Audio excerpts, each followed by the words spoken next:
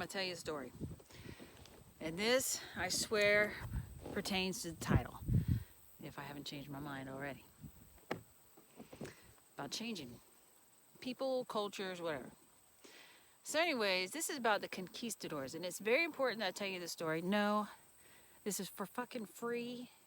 Go look it up for all the details that I miss. But I will tell you the nitty-gritty. So the conquistadors came over, and the civilization, I think it was the Mayans, they sit there and they see these guys, and they're like, oh my God, the gods have shown up.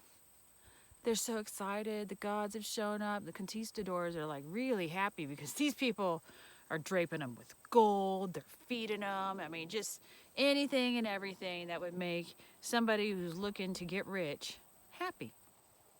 And why in the world would you want to kill a whole civilization if these people are willing just to give it to you because they think you're a god?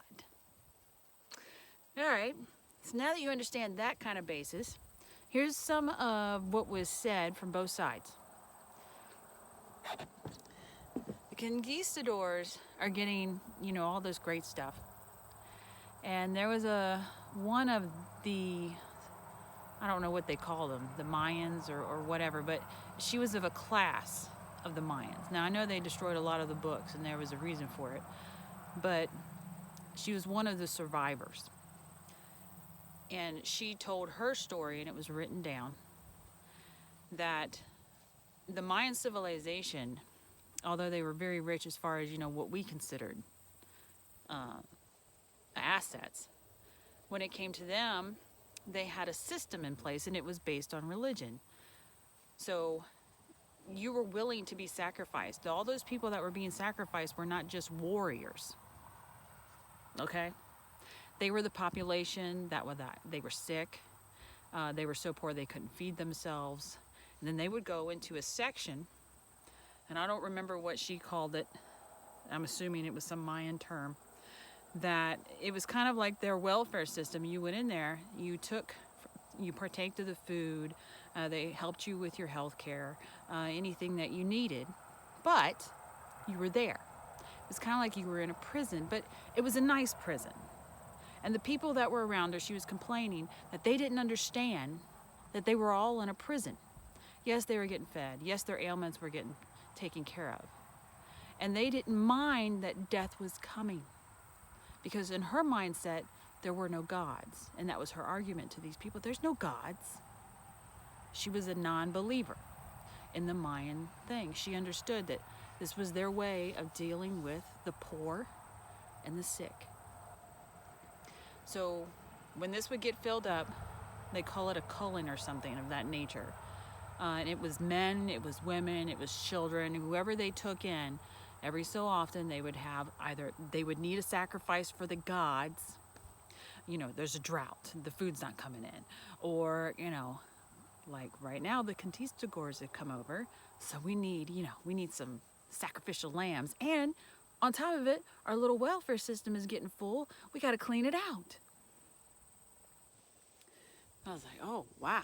And you find this out, and you're like, damn.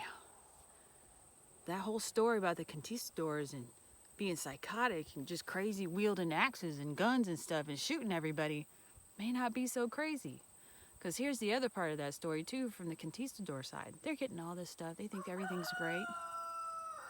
Thanks, Gregory. And the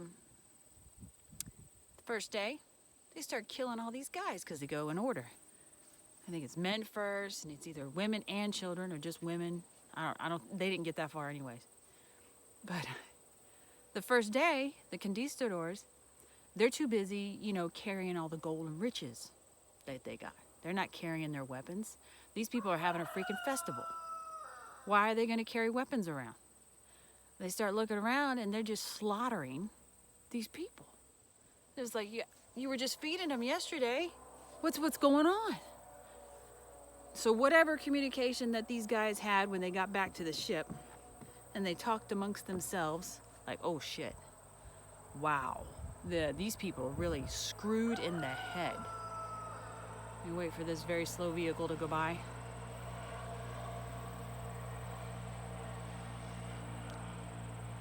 They went and got their weapons. And they did what you read about in the history books is they slaughtered the Mayans. It's like, oh wow, they had enough. That was not gonna. That was against God. That's not a Christian duty. We're watching these people get slaughtered. They're going after kids, women. They're all in those cages. Holy cow! And they're not cages. It's just like a pen area, like your 15-minute city. And they were gonna go, and they did. And they killed the priest who was, or the emperor, or whatever you call him. Killed them all. Burned their books because this was an atrocity. Why would they want to spread this message of death? So, as most of you know who've watched this channel, my neighbor's an idiot. He's a drug addict, he's an idiot, and it's the culture here. In Maine, in case you're wondering, the natives hate any and all outsiders. And I guess for good reason, because all the outsiders are conquistadors, and I have to admit, that was my mindset. It wasn't until another outsider, and her and I are becoming friends, her friend told her, it sounds like you guys are trying to colonize them. I was like, oh my God, she's right. I'm a fucking conquistador. You know what? I'm not that damn noble. Why in the hell? See, the other part of that Mayan story is they were pretty much dying. That empire was dying. It was weak.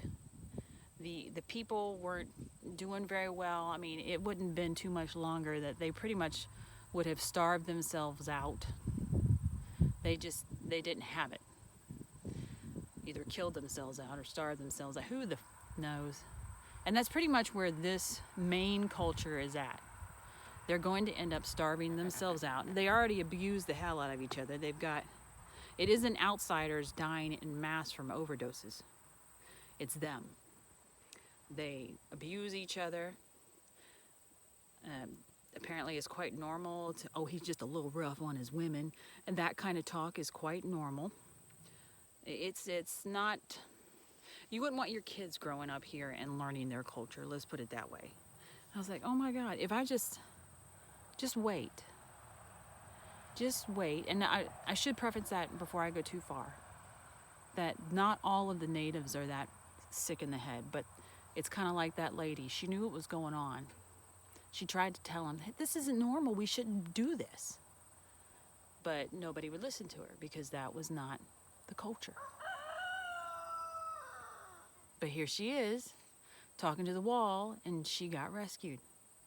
And eventually, unfortunately, I'm not a conquistador. I don't want to rescue anyone, especially if you don't want to rescue yourselves. She's a very noble person. The conquistadors were very noble, and I am not, because I'm more than willing to sit back and watch these people abuse themselves into non-existence, because that's what they're doing, going into non-existence.